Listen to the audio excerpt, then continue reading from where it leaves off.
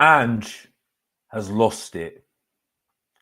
Fulham 1, Fulham 2, Tottenham 0. Ladies and gentlemen, boys and girls, it's your boy Mr. Box Office from Mr. Box Office TV, back with another show for you today. And on the show today, I'm going to speak about my reaction to Tottenham losing their 15th game of the Premier League, the 19th game overall. But I have to admit, I don't see the bigger picture of ANGE. Well, tell me what it is. It's not like I told you this already. Welcome to the show, guys, to Mr. Box Office TV, back by popular demand. Well, some people will say that, some people won't. Maybe that's me being deluded, but, you know, I wasn't deluded on the manager, wasn't I? On Ange Postecoglou. Ange Postecoglou, who, if you listen to many people that were Ange, who have favour Ange, we don't see the bigger picture, guys. I really don't see the bigger picture. But when I really look at it, the bigger picture is we are floundering bottom half of the table. We're having the worst amount of defeats for quite a while. And the records that we're breaking are not very good in terms of achieving what we wanted to achieve this season.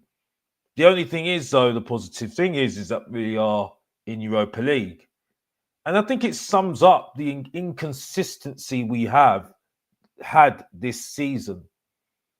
The excuses that we've had this season from the press about Ange, even the club now have come out to support Ange in his his hour of need because of the injuries. But now you see the squad that is some of our squad members, some of the squad teams are, some of the players are coming back now. Well, most of the players have come back now. And as a result, nothing's really changed. And I think I've highlighted it in previous shows on different channels that I've been on. But I think it was majorly highlighted from what happened after the Alkmaar game, which I was keen to do a response to a lot of things, but life got in the way of Alex. And so Mr. Box Office wasn't able to really give his full opinion on what reaction to what I felt about it. But then I watched other shows, and there was one show that I watched and said that we've got an agenda to Ange. Why is there still an agenda on Ange Postecoglou? Well, you've just seen it right now, again, proving my point. Even though the facts were put on the table. One of the stats that was put across to us is that Tottenham can't get over 10 home wins this season, and that's the worst that's the worst in the last 15 years. But still, I don't see the bigger picture. So let's get straight into it, because there's lots of other subjects we can talk about. Please like and subscribe to the channel. And we are back it's kind of an SOS really coming out to say this, because there's a lot to say on the situation, a lot to say on the match. So, and a lot of things, it's not just what I've said about Ange losing it, him losing it. It's who is he losing it on? What player is he losing it on? What is he losing it on? Other things, and Sterlingly as well. But we will get into it as well. So big up to everybody in the chat. keep yourself strapped in, because this is going to be a honest conversation we're going to be having right now, and let's get straight into it. So we go into this Fulham match, and I admit I didn't watch the match. I had to watch the match back because I was doing something else, like I am doing now, because I don't have time to really watch something, and I take time. Well, I really do want to appreciate my time more. I appreciate me more, rather than watching that and getting angry, which I'm not going to do anymore. So when I watched this back, because I saw some of the reaction to this beforehand, yeah, we see Archie Gray in midfield, and you see that the fact that Romero is playing, who's getting his fitness up again. Davis was playing as well. You got Tell on the left, Johnson on the right, and then Solanke up front. And then you got Bissouma and Bentancur, who's suspended for the Alkmaar game previously that we won and got through to the quarterfinals of the Europa League. Interesting thing was about the formation and the lineup, the starting lineup. There was no Maddison. There was no Burval, who I will get onto because later on. So stay tuned for that one. But the thing is, though, most of the players that were good in that game against Alkmaar were taken out of the team. Even though, and this is a good point, we had an international break coming up. So we didn't continue with the team that we had that was successful to build their momentum. There was no Van der Ven, who was on the bench. And when you look at the team, it was a very strong team, very strong bench as well. Which is Fulham that were missing Lukic in midfield as well. And so really, there was really no excuses in this game for Tottenham not really to go out and try and go out for a victory, go out and try and win the game, and then push ourselves more, trying to chase up to try and get up to the upper half of the table, trying to save a little pride a little bit. But unfortunately for Tottenham, we just didn't do anything, especially in that first half. Even though Fulham, it was kind of a very scrappy game with the odd moment from certain players, which we will get onto, from people like Tell, who had a little gazy run, but after that didn't really do much. You had Gray, who was just passing it backwards and forwards. Then you had Romero just crashing into tackles. But you could see from Fulham, they were handling the game better than us, even though they were struggling in certain parts of the game as well. And it was just management of the game, which I think kind of highlights where we are and what the weaknesses of our manager is, really. Because if you look at it, with Ange Postecoglou, he's very weak managing games, and I think that's been telling this season especially. We've developed our understanding of that over time, especially last season, because we don't manage games. We're very quick to. We try and play things very quickly in terms of playing, passing the ball very quickly in transition a lot of the time as well. But I think it was highlighted today, definitely. We were very, very rash in certain times, especially Romero. Tottenham were not, they were not getting control. Even though had control of the possession, it wasn't control of the game. And in some way, Fulham really should have done more with their chances. Even though there was odd chance with Tell coming forward and making that gazy run, but no one was in the box. And then you were saying that this is where you look at someone like a Solanke. Why are you not in the box? Why is no one getting into the box when he's making these runs and getting into the box? And he could put it in. Even you saw sometimes with the Doji, he had the chance to come in sometimes, and he got into the box, but no one was there. And Fulham were always clearing it away. And we really struggled in that first half to really carve out really good chances, even though we had a lot of possession in the game. Let me just look at the lineups to start with. And I'm just going to get that up right now for you guys. And big up to everybody in the chat.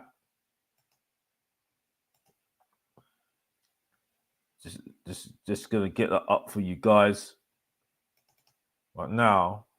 But it's just, I think this was a good indicator. Did ANGE really change it too much? Should he have kept the players that he should have kept the players that he had in the game against Alkmaar, because they had momentum, like your Sons, your James Madisons, your Lucas Burval. Wilson Odobert scored, obviously, in that game, and he was left on the bench. Pedro Porro didn't even get on, which is an interesting one. Even though Pedro Porro has been playing mainly a lot of games, well, he's been playing most of the games up to now, because he has had a rest as well. But you looked at that midfield of Tottenham's. This is where we need to look into this. And do you see any creativity in that midfield? And you would say no, because but Bentancur was the man that was supposed to be more higher forward. Now, you asked me, would you think that Bentancur would have that ability to do that? Maybe someone can tell me in the chat whether that, he'd done that in the past with Juventus. But to me, Bentancur was more a player that would be able to be that deep, that double pivot, and he would be that guy to, start off attacks maybe, and bring it to that number 10, maybe to who would be able to find that pass or through ball to the striker. Bissouma would be the one that would run and take the ball and run and be that box to box. And then you've got Gray, who's supposedly this number 6.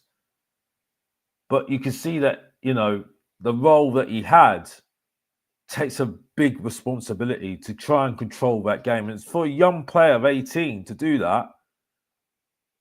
It's a big responsibility. And it told in the first half. We didn't do anything in the first half. We were very busy, but with just no substance, definitely. And Fulham, when to their credit, they adapted to what we had, to what we were given, what we were throwing at them. But we didn't. But then they got the better of us in that first half. Willian was the one that grew into the game, I think, for me. Shown when you have experience, you've got, there is, that is so important. So important. Not that he's got a lot of pace, but he's got that ability and that know-how what to do in certain situations. Sanderberg was so strong in midfield, very strong in midfield, and it shows on highlights because there's certain times in the match where he was very much that foil for Fulham to keep them in the game, keep them in control of this game. And then you've got Bassey and Anderson who are kind of defending very steeply and not letting the likes of Solanke be that foil for the likes of Johnson, who was very much anonymous. Again, when he doesn't score a goal, what does he do? Obviously, you have Vicario, who has kept us in the game, definitely kept us in games this season since he's come back from injury. But then it just highlights again where the shortcomings of the team is in this team. It just shows you. And that was without Son, who has not been great this season. I think he's kind of a guy that just kind of has he comes into the team and he plays well against the lower end ebbs of teams.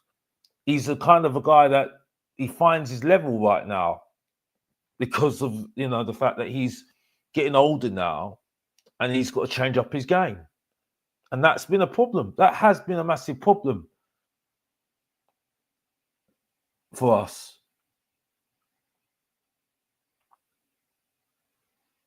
It's funny the fact now that when we made the substitutions in the second half, brought on Bergvall, brought on Son, they did have the energy. But now I will bring up Bergvall because I want to show you this. And I listen, I don't want to get into this whole semantics thing because it's not really for me anymore. I've as I said, I'm just more about the football now for me. And really, I've proven my point about the manager. To have doubts on the manager. But what I can't accept, and it's not going to have a guy at We Are Tottenham TV because it's not their fault. It's not their fault at all. But when I'm criticised,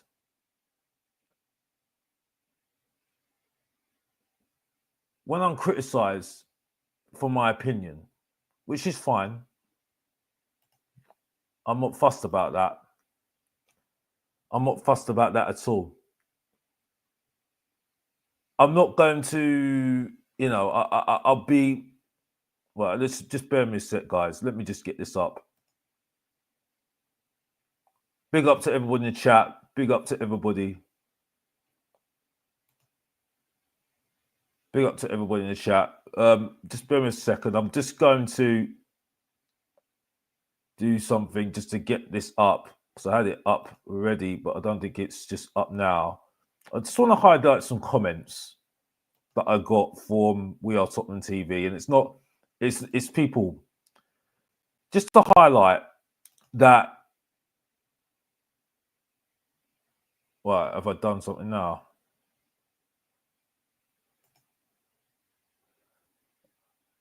Right, can you see me in the chat? Can anybody in the chat? Can you see me now? Can you see me now? Or can you hear me now? Because I think I've just done something now because I think something's just come up. If you can hear me or see me, just let me know because I think I've just done something, unfortunately. Yeah, you can see me. That's cool. Right. So, yeah, basically, I just wanted to show you some comments because it just highlights where I'm at the moment. I don't think I said anything wrong on We Are Tottenham TV. I don't think I said anything wrong whatsoever. about Birdval. I think he's overhyped, and that's and you know, and too soon for not doing a lot, really, to be honest with you. And because people base it on just a few moments, which is the same thing that we're doing with Tell, because he made that very good darting run in the Fulham game. But because of what I said on We Are Tottenham TV, and it's nothing to do with Ben and Sim and Danny, who was in the studio on Thursday. I get the abuse. I get saying that you've got no credibility. Oh, you don't believe in ANGE. You don't believe in Birdval. You're silly. You don't see it. You don't do this. You don't do that.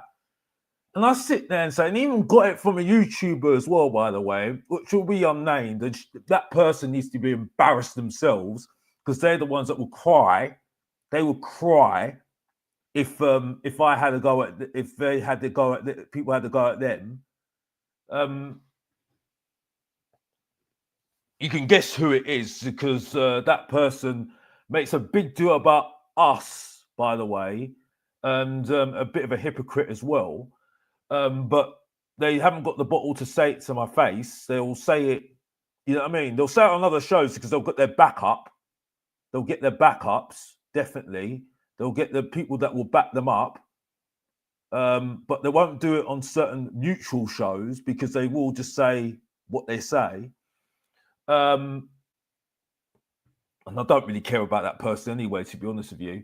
But the point I'm making is that I got a lot of abuse on that channel. Not from them, the comments saying you don't know what you're saying, you don't know who what Birdval is, give me stats, which cool, but it was against Outmar, context. And it was got to a point where I was sitting there thinking, well, I just don't rate the player at the moment. It's like Kulusevski, don't rate the player. But does that make me not know about football? I just don't rate the player right now. He's not, I just don't see what the big fuss is about. But if I start talking about Walton, though, when I saw him against us against Crystal Palace and seeing Walton's performance, I definitely see a midfielder in Walton, because I saw not just a moment from Walton, it's the whole game. The whole game. He was controlling it. He had authority. He was slowing down the play. And he was making tackles, winning his battles. And so when I put it into that context, yeah, that's what I see. But when I see Birdval, and now you see Archie Gray, there's only certain moments. Yeah, you see certain things, and it's one of those things that I just don't know what people want to see. I don't understand why I'm getting this abuse for what I said. Why I don't rate a player? I don't understand. It's pretty. It's pretty funny. It's pretty weird and funny why you can't rate a player. But if you don't rate that player, you get this abuse. It's just sad. And then you say that you've got no football knowledge, which is even more funny as well, to be honest with you. I'll actually show it to you, because it will show you what I have to put up with on a lot. Well, if I'm off, or if I'm on certain shows, what I have to put up with, guys. And I think it just highlights a little bit. Not that I want people to feel sorry for me. No, it comes with the territory. It comes with the territory of being a YouTuber and being Mr. Box Office. Why you call yourself Mr. Box Office, Mr. Box Office? It's like, well, no, I just don't. This is just my name on YouTube. Just get over it. It's just a bit of fun for me. So yeah, this is what I'm. this is something. Now let's look at the comments. Now let me get this up. I've just got it up now. So just a bit long-winded, a little bit here, but this is technology, like they say. Here we go. Right, here we go. Right, so if we go and look at these comments, now again, I get these comments all the time, and like I understand, but it's right, if I can get these comments up, really. Here we go. Here we go. Right, so this is what I get. This is what I get. If I can share it. I was going to highlight some of these comments as well, so this is a bit long-winded. Here we go. So here we go. It's stop inviting this guy. He's either delusional or is he trying to act edgy? Who calls themselves Mr. Box Office for beep's sake? 7 out of 7 ground rules. This is the comment. This is Sylvester. Big up to Sylvester for being being my biggest fan. 7 out of 7 ground rules won. 3 out of 3 dribbles completed. 5 interceptions. 2 tackles. 94 pass accuracy. I don't want to hear from a guy again. It's pointless exercise. Right, okay. I didn't realise that's a superstar, mate.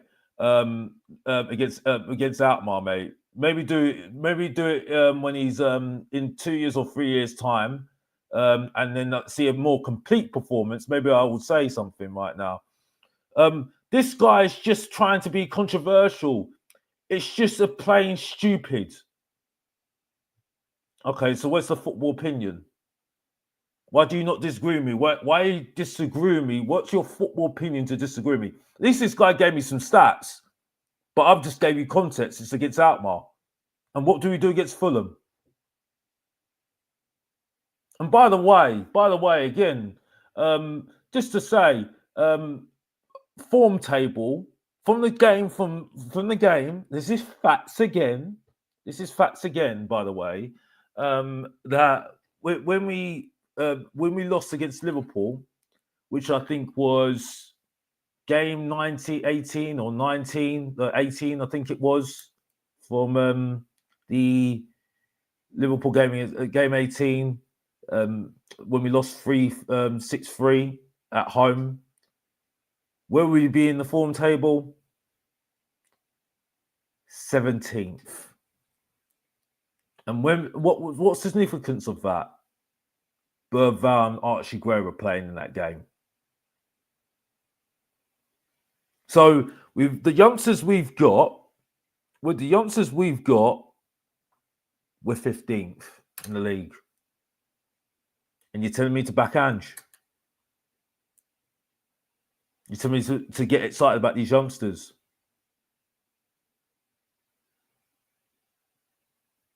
There's not really much to say, really, to be honest with you. There's nothing much to say. But then I get this.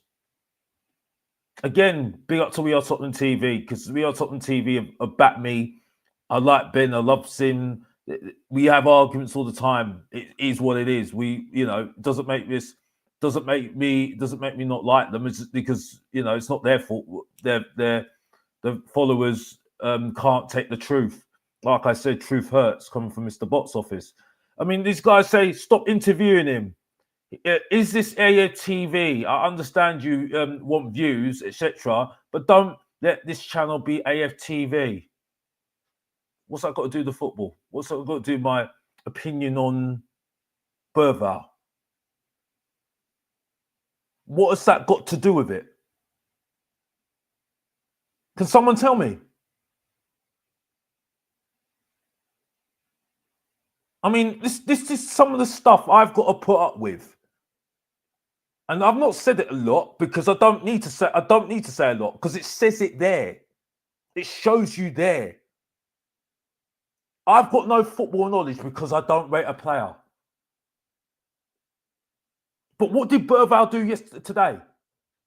Did he stop us losing the game today? Did he do anything today? Yeah, he might have shown a moment. Yeah, he's shown a little bit of energy. But we still lost the game. We still lost the game.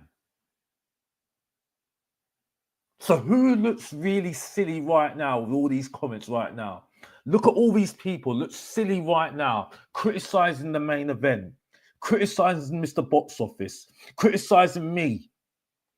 When what have I said? What have I been like? What have I been? Have I been on my channel?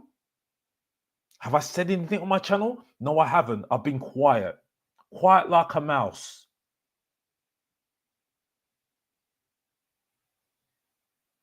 But then people kept talking, and look at this. That's enough fun for today, anyway. Moving on, spitting facts like I said every single time. But anyway, big up to everybody in the chat, by the way. Big up to everybody watching, and keep liking, subscribing, because Mr. Box Office still needs to, keep it rolling and keep it going, like I said. But yeah, I think this sums up why I can't get excited when people were saying to me after Outmar, just be happy, we won.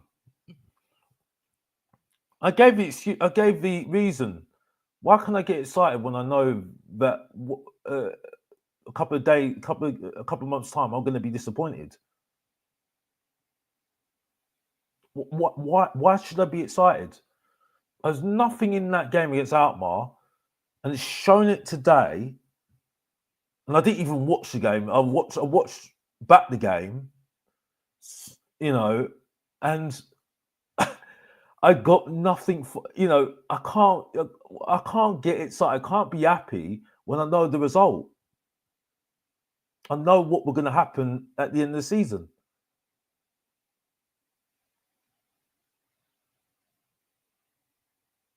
I don't know what people want from me. You want me to change because certain things happen in certain times. I don't know what you want. What do you want from me? To change my mind? Well, that's a flip-flop. It's not changed. The only thing I got wrong was that if I should not said, if the manager is going through a bad spell and the owners stick with him, I'm going to back this manager. I should not have said that. I should have looked into the manager even more and tried to find out whether he's a coach, because that's what we had with other managers, which I don't want to repeat, because anybody that's watched me on this channel knows what I've been saying about coaches, the manager, why I don't like the manager. I'm not going to rinse and repeat it. That's exactly the reason why I've not done a show for quite a while now, because I don't want to repeat myself anymore. Go and watch my last a couple of lives ago, why I can't back Ange. Go and watch that show, right? You'll see it there. Simple as that. But back onto this game. I mean, we did show a little bit of heart when Son and Berval came on, but we didn't really do any more. And when we look at the stats of it, I mean, I don't want to go into but we didn't have a shot on target. So it kind of sums up what Berval and Kulusevski are. Got a lot of energy, very busy, but at the end of it, what did they show? He had to bring on Maddison. He had to bring on Maddison to actually help us create, and that was it. And that for me just shows you a lot, doesn't it? Really. Big up to everyone in the chat. Big up to everybody in the chat. Big up to everybody. Big up to Corey, boy. Big up to you. Big up to Daniel 90. Big up to you. Big up to Scott M. Big up to Brian. Big up to you. I'm good, mate. I'm good up. I'm really good. Big up to you, Mr. Stefstar. Big up to you.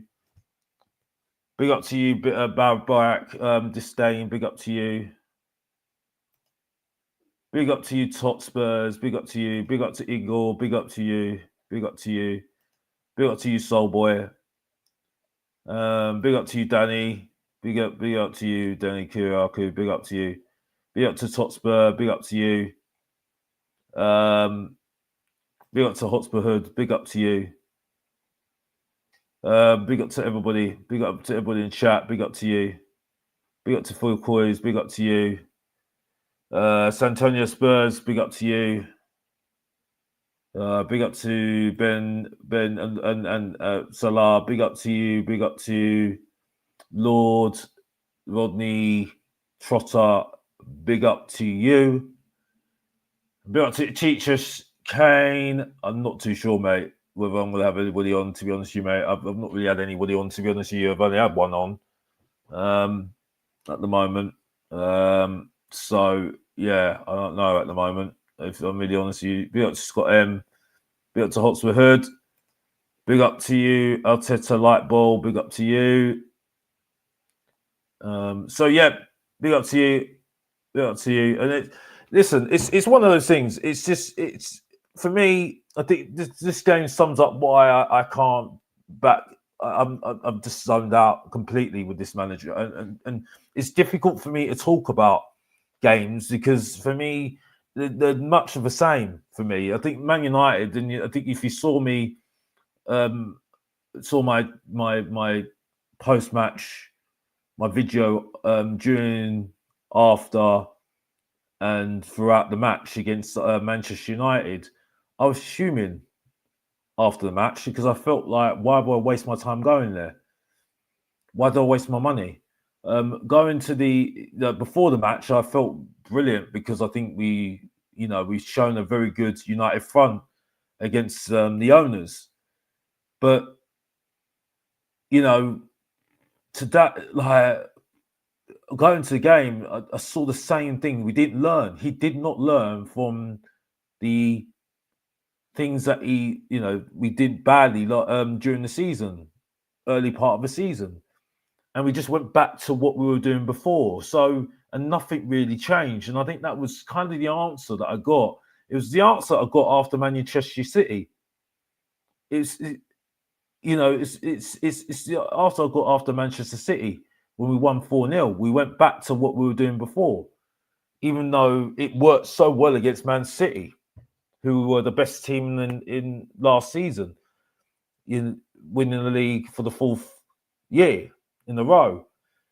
So it just doesn't make sense whatsoever. And I should have said this at the beginning. Congratulations to Newcastle for winning the Carabao Cup, showing that they've got standards, and they've had a massive problem with FFP this season, but they're not making excuses for themselves. They had injuries last season, didn't make excuses then. They're not making excuses now. They've won the Carabao Cup, and that's their first trophy in however many years.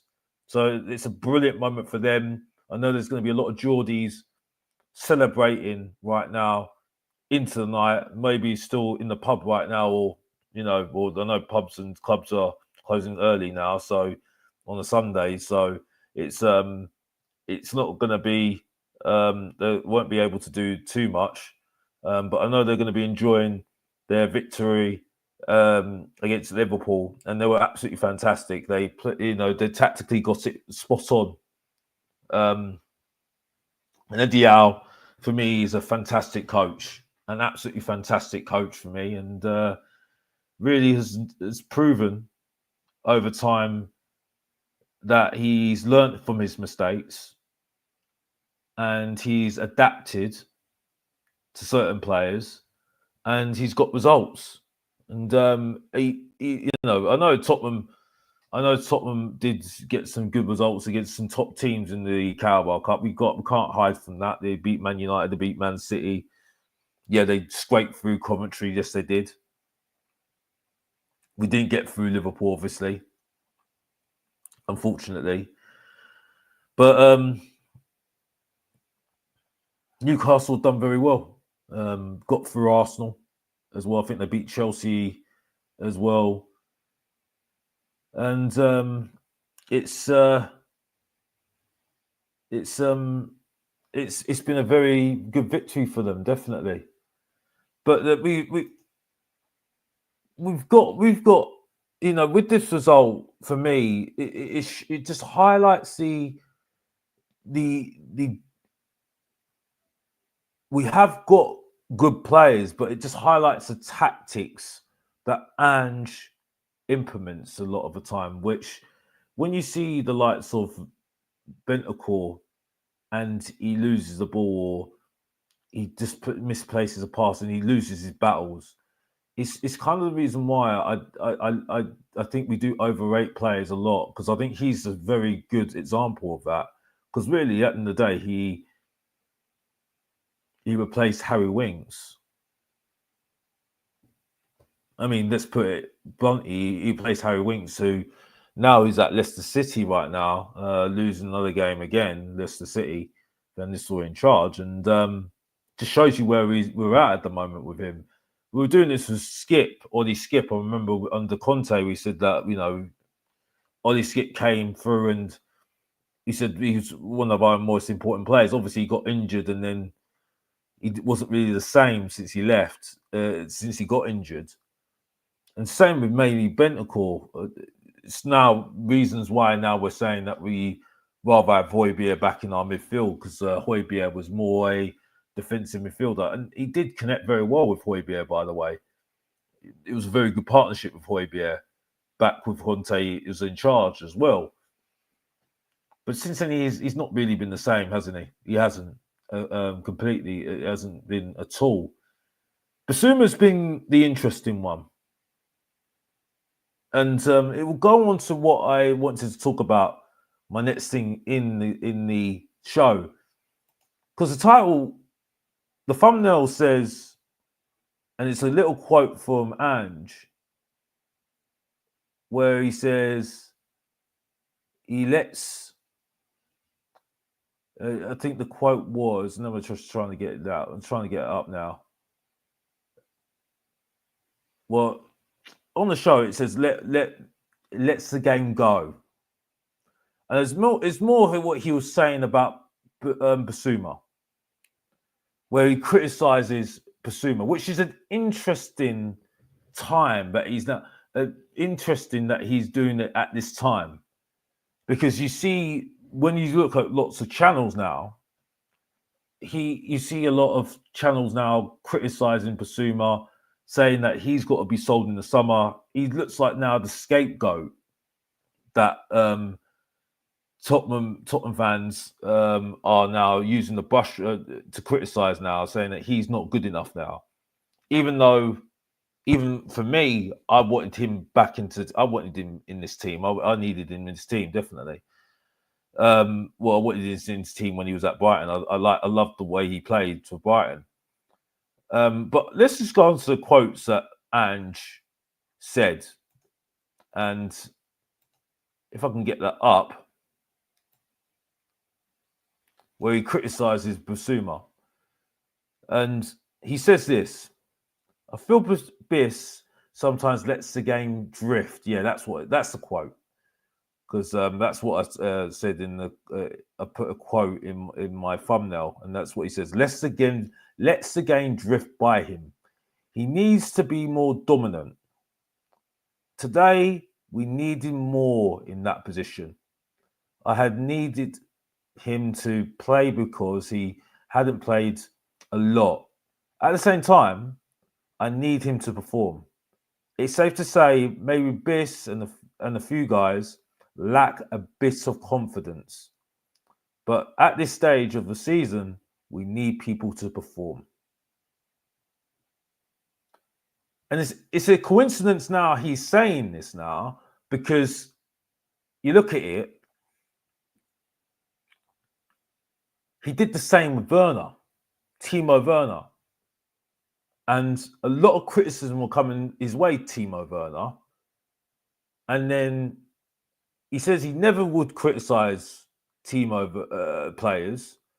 But then straight away afterwards, the Carabao, I think it was the Europa League, he criticizes Werner. And I'm like, wait a minute here. You said you don't criticize players. And it was just a coincidence that happened, because it just seems the same thing with Bissouma. Why are you criticising Bissouma now? And the reason I think it is because he knows. I think he's got an inkling. Fans are really starting to target Bissouma for the problems in midfield. Because they don't target that Juventus reject. The Juventus reject, you know who I'm talking about, Bentancur. They certainly don't target Berval. Because, yeah, he shows a little bit of heart, but you see that from a young player. But don't target Sarr, even though he's not a good footballer. Maddison gets a lot of criticism as well. He's not hidden from the criticism, no. Coop definitely does not get any criticism, even though he hasn't been great before he got injured. So, really, he's the scapegoat. And he's getting criticised a lot of the time. So, it's interesting the coincidence that you see the fact that Postecoglou is criticising Bissouma. I think he's done this before a little bit as well, because it's interesting that he's done this to Bissouma, he's done this to Timo Werner. Now, listen, you know my thoughts on Timo Werner. When I said what I said about Timo Werner last year against Newcastle, I got so much criticism. Again on We Are Tottenham TV. You look at the comments then again. And the thing is, though, again, I've got nothing against. I love Stell's a good friend of mine. But I looked at the video for him against Berval when he mentions about Berval being overrated. We were overhyping Berval and the team, but he don't get that criticism, but I got that criticism. I think he got the criticism. He got the same sort of criticism from me with Timo Werner as well. And it's just interesting. But I don't get the credit I deserve when I'm right. I don't think he gets the credit as well. He don't get the credit either. But it's just a lot of things. It's like the same with Ange. Oh, these people are real. I've seen it on the football terrace as well. You know, certain people get praised. And I'm like, well, wait a minute here. They only did it on that show because we were saying it first. Then it's not really a big deal about it, but it's just like, well, not being funny. You and certain people are criticizing us. And you know who we're talking about. We're criticizing us for saying what we're saying about Ange. But now they've turned to Ange now saying, no, Ange ain't good enough. Oh, but it's okay now to be that side now, isn't it? It's the same thing with Bissouma, same thing with Timo Werner. It's just one of those things. And then you see what Ange is doing right now. It looks like he's putting a scapegoat to say, well, he ain't playing well right now. And what do Ange fans do then? Oh, you know what? Bissouma, he's not the right guy. He ain't doing what Ange wants. He ain't part of Ange's system. When he's in the summer, get rid of him. We'll get somebody in that's going to be Ange's system now. Oh, Timo Werner. You see now, Ange don't want him in his system. He don't fit Ange's system anymore. Get rid of him. Get somebody else in who's better. Then next season we'll be cooking. You see what I'm doing here? You see how it is? You see how this is going? See how this is the agenda.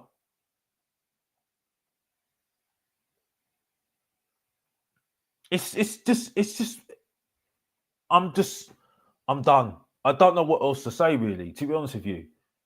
this just sums up why I can't listen to people telling me about, this shows you.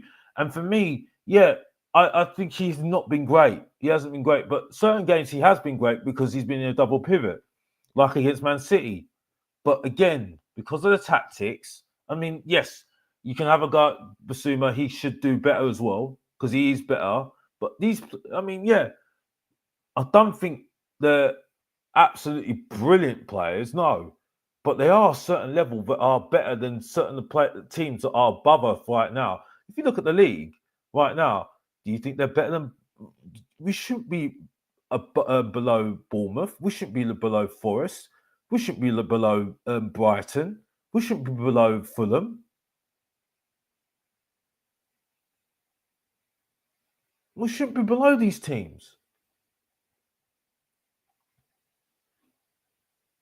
But hey ho, we are. We are below these teams. So this is ridiculous. And these players are not that bad. And what we're saying, you can make these players better if you adapt to what their strengths are. And that's been the problem with Bissouma. It's been consistently with other players as well. I don't know what else to say to you guys.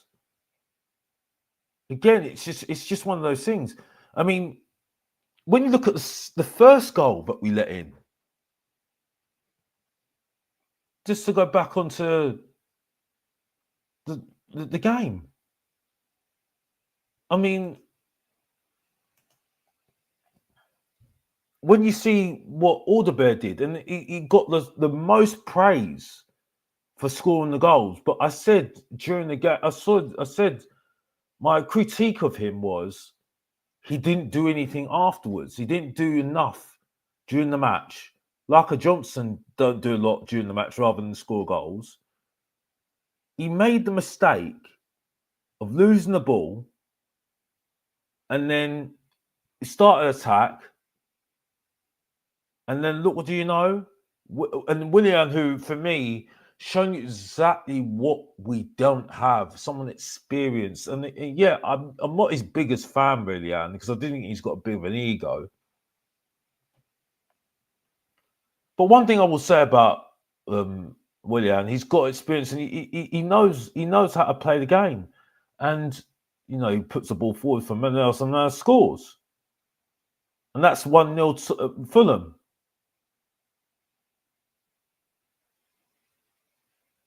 And then we're on the back foot. And what do we do? And then what do we do again? We let in another goal from a mistake from the defence again. Davis getting out battled, out fought. And Sessegnon, our former Tottenham player, scores to make it 2-0, and that was game over, and that was it. It was done.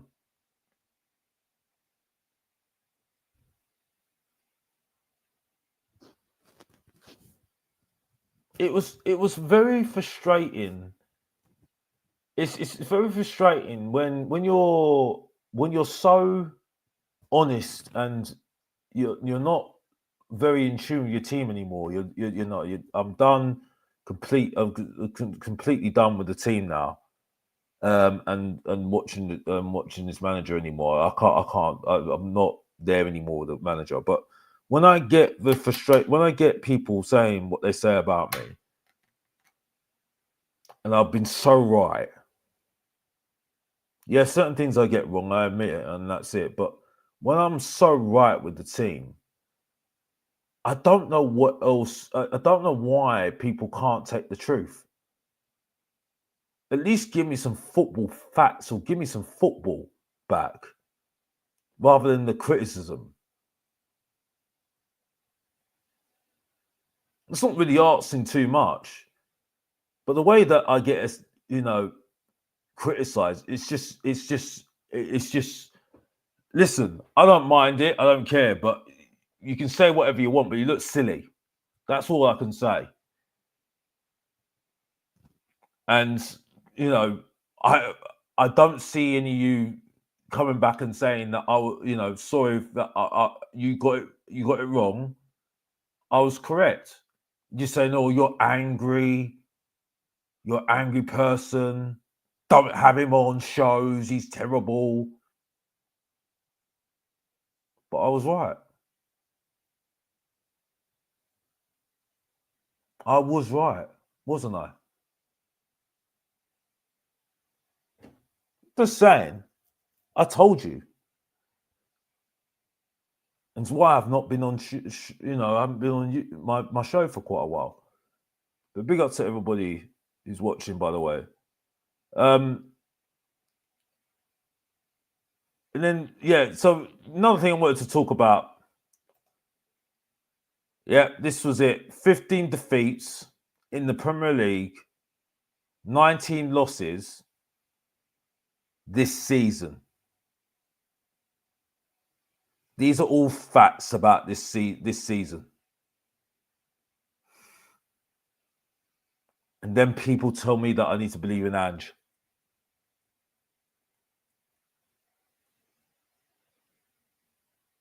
Then people tell me that I don't know what's ANGE's cooking.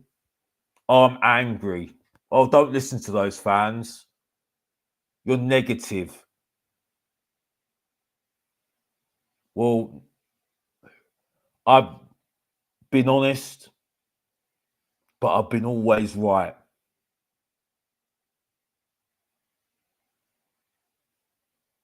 But the worst thing is, at the moment, and I'll stick by what I say,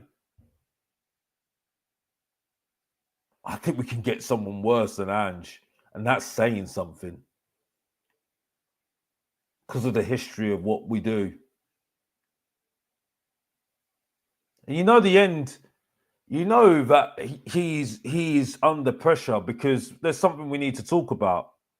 You saw that video on YouTube or going around socials. ANGE is losing it with Tottenham fans. He's losing it with Tottenham fans already.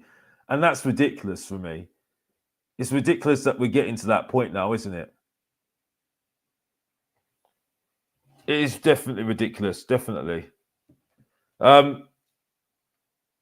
Big up to everybody in the chat, by the way. Big up to everybody in the chat.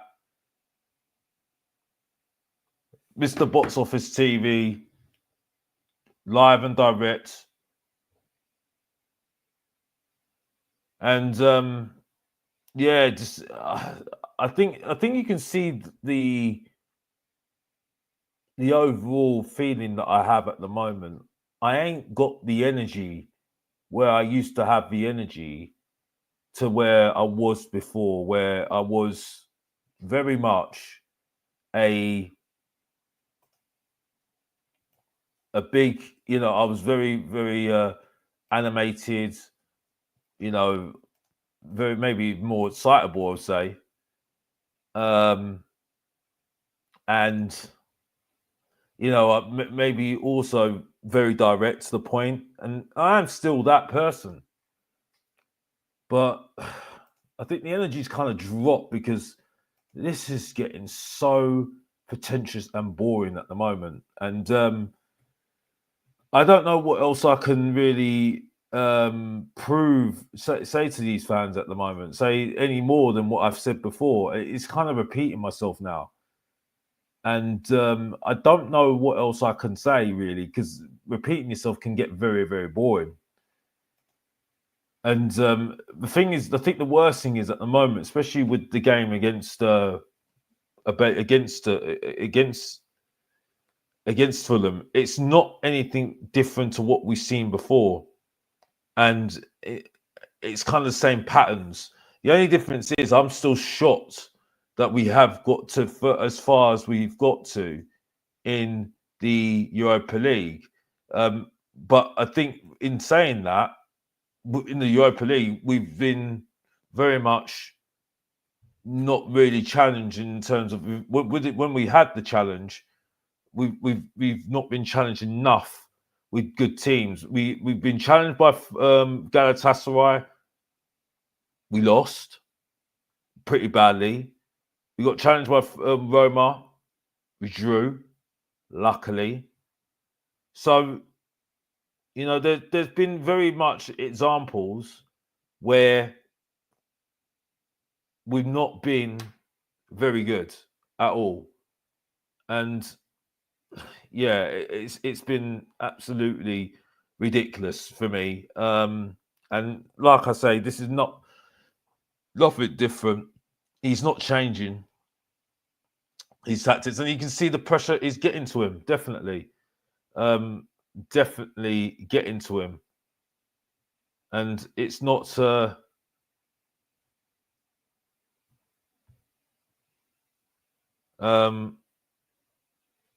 Yeah, it's not definitely happening whatsoever. Just bear me a sec, guys. I am going to maybe invite some people, but just bear me 2 seconds. I might just invite people. Just bear me 2 seconds. I'm going to just take a break for a minute. Just bear me a second, to guys, and I'll be back with you guys just in a moment.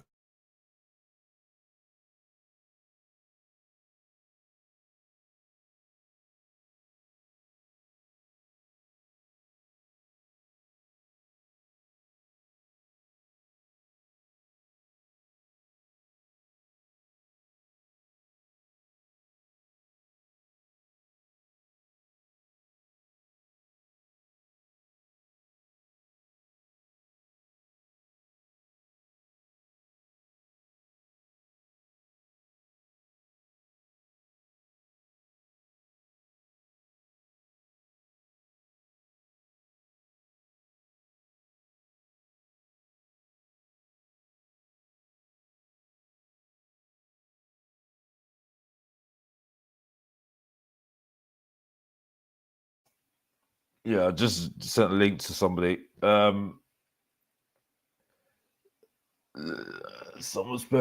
special guest, hopefully, because I don't know at the moment. I don't think the person can come on anyway. I'm not going to say who it is, but I've kind of I've kind of lost it with this one. You know, it's one of those things. It's really one of those things at the moment, and I think it's just think with the fact that no one's improved it just shows you a lot for me. And I don't care. No one tell me about Kulusevski. Don't tell me about Kulusevski. Don't tell me about don't tell me about Burval, because Burval's only just working because he's working hard. He's just got energy because he's a young player. Yeah, I mean, and don't talk to me about Poro, who's all right. You know what I mean? You know, I don't understand. I don't understand. And yeah, I understand what you're saying, Dan. But mate, I'm not, mate. I'm being positive. I'm not even going. It's not even. I'm not even back. I don't even think positive. I think positive in life, mate. I don't talk about Tottenham anymore. Tottenham are a different kettle of fish as far as I'm concerned. Hence the reason why I don't even stream that much. Really, I don't do shows that much. It's not really much. There's not many times I haven't got that much really to say on the matter. Really, to be honest with you, planning for the show, it's kind of just leading me back to, well, what really do I really talk about? Really, and this is where I struggle with this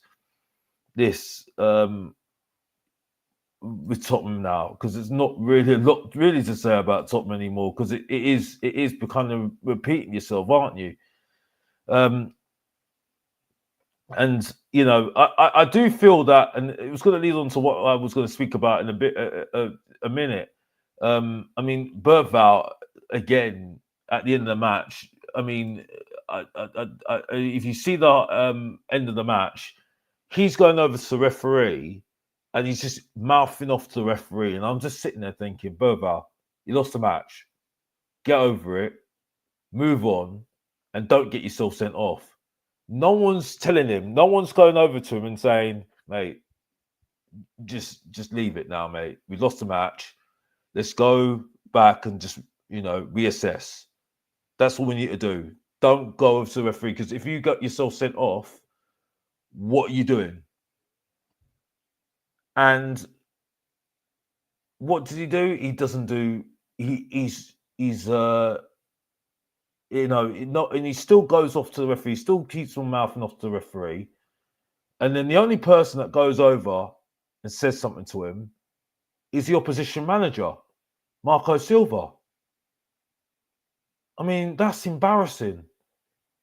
Where's Ange?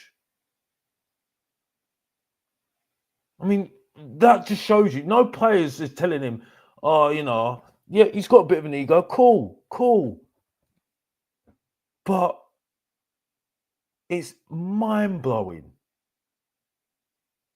It's absolutely mind-blowing.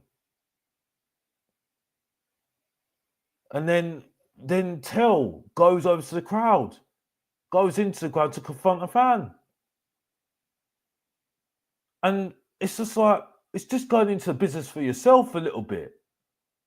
Which I sit there and think, yeah, cool, mate. But, mate, all you've done is shown us a little glimpse, and that's it. You come to a club that wants standards to be raised a little bit, and you're confronting fans. And, mate, you're not even done anything yet in your career. So, yeah, I don't really know what else to say on that, really, to be honest with you. I do feel that it is pretty ridiculous. It is pretty bad. And Tottenham are just, yeah, it is what it is. It is what it is. And yeah, it is what it is. And and I don't know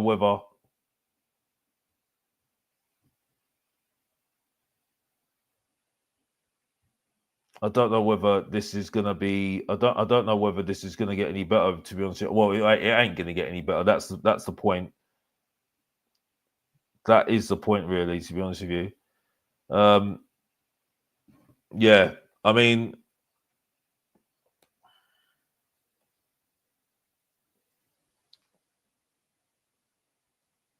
there's only one other person that I might have to just invite, because I might just have to just invite somebody else, because I am lost for words at the moment.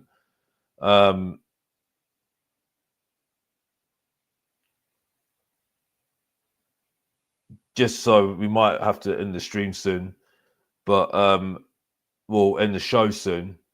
But it is getting ridiculous at the moment. It is, and I don't see it getting any better as far as I'm concerned. This has really been. This is what I've been like the last how many weeks? Lost for words. Can't really say too much on this anymore. And I can't. There's nothing really else I can say anymore on this. It's getting ridiculous. Absolutely ridiculous, to be honest with you. And oh boy, I don't think there's any more than I can say, really, to be honest with you. This is going to be on the fly. I'm just going to see if I can invite just one more person, and he's in the chat as well. If he's not eating ice cream, a little bit of a teaser. There we go. Well, just bear me a sec, guys. Bear me a sec, guys.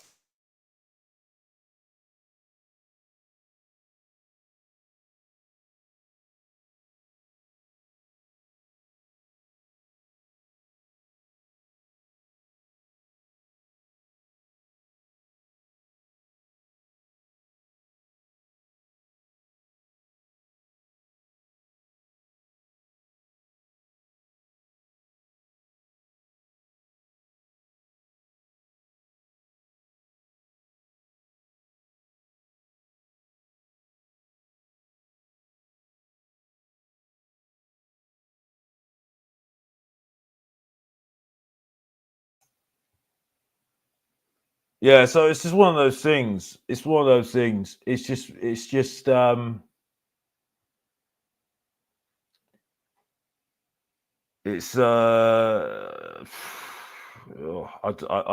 lost for words. I'm lost for words now. To be honest with you, this whole thing now, I've got nothing really else to say on it. Really, to be honest with you. And you've seen the change in Mr. Box Office. You've seen it, lethargic, not really that bothered, not really that bothered about certain players, showing a little bit of promise, like Berval. I mean, it doesn't really change in that sense. One thing I will say, we are switching up on Mr. Box Office TV. Like I said, brilliant. It's an international break. Thank goodness it's an international break. Thank goodness. Oh, thank goodness about it. Because honestly, I don't think I could take any more of this. Honestly, um, and like I think, well, I'm not even going to pay attention to the international break. Let's be honest here. You know, not even going to pay attention to the international break. To be honest with you, I've lost it with that. To be honest with you, I'm not even interested. It was funny. It was funny for me that you had people that were so upset about Jed Spence not playing, not being in the England squad, and I was sitting there thinking, well, it's actually a good thing. It's actually a blessing that he's not in the England squad. Really, to be honest with you, um, because then he's got time to rest and good time to learn. But I mean, what is he going to really learn from Ange? He's only going to be doing the same things that he was doing before. Now you're seeing little mistakes from him now, and because he was equivocated to that goal that Sessegnon scored. Um, I mean, I respect him that he didn't do anything. He didn't what is it? He didn't celebrate. So that was one thing, definitely. Um, but yeah, it's just one of those things, really. I mean, one thing I try and not do now is talk about the ownership. Now I don't want to talk about that anymore. Now I think that's kind of sells shipped. I mean, yeah, we can brush about it sometimes, but I'm so bored of talking about it now. When it happens, I'll start saying something. But at the moment, I'm obviously that way inclined that I want the owners out, but I don't really want to make it my business to talk about it every single stream I'm doing. It isn't. That's just not me. It isn't the. It isn't that for me. For me, it just isn't. And I'm lost for words now. What else I can say about the club anymore?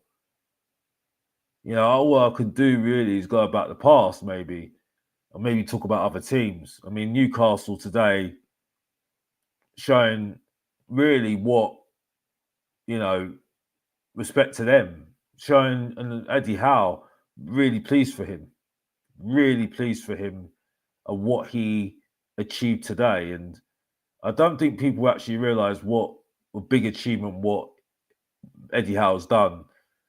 With the players that he's got, pretty good. It was one of those things. Definitely, big up to down the Hotspur Hood. Big up to you, Yeah, bro. mate, how you doing? Big up to you. Take this moment for what you will, bro. You're the second person I've invited on the show, bro. So take that for what you will. You know what I mean? I'm We honoured, mate. appreciated that. You know what I I'm mean? honoured. But like, I've got to a point now where I've lost for words. Now, to be honest with you, I've lost for words. To be honest with you, now with this. So like, take it away, bro. I know you've been on other channels and stuff. So Yeah, I was just finishing off my rum and raisin ice cream that I nicked off my wife and that, and literally just put the TV on as I got into bed, and then you sent me the link. I thought, you know what? Another 15 minutes won't kill me. yeah. I'm already a Spurs supporter, and that hasn't killed me yet. So, mate, it's just the same. It's like me and you have said, like when we've chatted off here, that it's just the same shit over and over and over again to the point where it does actually. If it gets boring of us saying it, how doesn't it get boring for people listening to it? Because there's one side listening to the ANGE reasons, the same reasons over and over again, and that's pretty much one reason, just saying he needs time. Or they're saying he's a nice fella. I mean, whatever. And then you hear the 100 reasons off of us, but they're always the same 100 reasons as well. I mean, surely it's just got to get to a point where everyone's just had enough. I mean, can't they just understand? It's just the same thing over and over again. If it was different problems every game, different type of game we had, there'd be more to talk about. But where it's the same issues in the games, and it's the same problems with the tactics, and it's the same mistakes being made every time, you end up repeating yourself even more. And then it comes down to you're talking about the players. Oh, but he wouldn't be doing that if he wasn't told to do that by ANGE. Then we go over to ANGE, and then it's ANGE's tactics, same problem with his tactics all the time, and then 50-50 chance it goes over to Daniel Levy. And that is basically a Spurs channel for you. Exactly. And I think that's why, like I said to you, Dan, I've kind of, I think you've seen a change in me on stream now. I've been less animated than I have before. I've just got to a point where I just don't care anymore. I'm streaming from a bloody phone now on other shows now. That's how much I'm not that bored anymore. I'm just like, and I just think it's got to a point where I'm now actually more willing to watch other teams now than watching Tottenham. The only thing I think is interesting now is that Frankfurt game, which I've watched Frankfurt for the last couple of games, the highlights, and they've lost a couple of games in recent times. And past 2 months, they ain't been too solid at all. They haven't been too solid at all. But we ain't been solid for about 16 months, so. I know. So it's just one of those things, isn't it? Really, but it's just I've lost, and I think this is why I've not really done a show for quite a while, because I struggle to say anything to put this into context. I mean, I watched the show, and I think he's quite well known, and he always comes up on my feed, and he's turned on ANGE. And the criticism he gets, and it's got to a point now where he's like calling that out now, because he's realised. I think he's saying the same thing we're saying now, saying these people have just become Tottenham fans because of ANGE. It is really sad. You know what I mean? Do you know what? I don't think it's quite as sad as some reckon, in the aspect of maybe they just follow their role model. And if that is their role model, I can understand that. But then when they come in and start preaching this, preaching that, and everything else, that's where you think, well, hang on a minute, you've only been following Spurs for 2 fucking years. You haven't been following them for the past, 44, so about 40 years that I have, sort of thing. And if that's their role model, so be it. I mean, whatever turns you on at the end of the day, I can't say that would do much good for me. But some people follow Conte as a role model. I mean, who knows? If we go and get our next manager, it might be the bloody Rock. And then next thing you know, you'll have shitloads of fans all over the place and everything because it's their role model. I don't know. Maybe they just love ANGE so much they follow him everywhere that he's gone. They've been Celtic supporters. They've been whatever Chinese club he was at or whatever it was, and every Australian club. I don't know. But that's not how I would support a team or want to follow a team, like change it every time the manager leaves. Because that does seem where we got a few of them from. I think just a few people, well, quite a few people are just struggling to put their hands up and admit they were wrong. And they're getting even more defensive because they're starting to say, oh, well, you've got what you wanted now and everything, wanted ANGE to fail, you've always been negative. Well, no. The thing I think a lot of people don't get is we didn't want it like that. We want to be able to, like I just said on Stealth Show, we want to be able to say Timo Werner banged in 20 goals. We want to say Johnson's got man of the match 10 times over because he's excellent. We want to say that ANGE has got manager of the year and everything because he got third place in an FA Cup or whatever. But it hasn't. And it was obvious that it wasn't going that way a long time ago. So it's not as though we want them to lose. We don't. But the truth hurts and some people can't handle it. And fair play to Ian earlier on what was it? Not we our last word on Spurs. Mm. Yeah, nice I, one. haven't Nice. I don't watch Last One on Spurs because, like I said, if no one invites me on their show, I'm not interested in them. But Well, I like trust me, I Alex, watch this one. It's worth watching it with Ian on there. Let's just say he does a good job. oh, listen. I don't watch any show, even. But listen, my feelings. Ian's a great guy. I might not agree with him, but he's become my guilty pleasure on streams now because he actually, you know what I mean. He sometimes waffles, but sometimes Guilty he pleasure. waffle. He's our waffler. He's our waffler. You know what I mean? Fucking guilty pleasure, mate. You say I got away with words. I know. But, you know what I'm talking about. You know what I mean? So it is what it is. But he's like my guilt. He's really the thing is that what I like about Ian, even though he doesn't agree with us, he turns up. You know what I mean? Mm-hmm. He turns up, and he's turned up on our channel. Turned up on Tottenham Way. He's turned up on loads of chat. On Savers. He's turned up on channels that are very strong-minded, and Mm-hmm. I've gave him credit. I've said this personally to him, and he's earned a lot of respect from me. Earned a lot of respect from me. So I'm not surprised. I'm not surprised by this. No, he's a good You know bloke, what I mean? but watch it on Last Word of Spurs. I mean, I was following it and leaving my messages on there at the same time. Mm. I was on the other channel, sort of thing, and watched a bit more of it. Then saw your show on, so started watching that. And while I was having my naughty rum and raisin ice cream at 12:30 at night, and let's just say he does a good job on it. It's worth watching. He puts a few people in their place, which is good to watch. It's But good to look, watch. But Mr. this Box is, Office would have put some of the people in their place as well, to be honest with you, like I've done on other of course, shows you as would. well, to be honest with you. Because I But have put, you know what I mean? Like I said, I think Ian's just taking taking a little bit of the mantle that we've got, you know what I mean? So, you know what I mean? He's taught, he's just learnt from the masters, isn't it? You know what I mean? The masters of us, you know what I mean? look, a lot of this don't even take masters, mate, because a lot of it has just been common sense. When you can Exactly, see, true. that if you would change two things in this team, it would possibly sort out something like 25-30% of your problems. And everyone knows my opinion with that is if we stop using fucking inverted wing backs and Oh yeah. step back maybe 5-10 yards, I don't think we'd have half the problem we got. But he just don't. He ain't gonna do it. It's not gonna happen.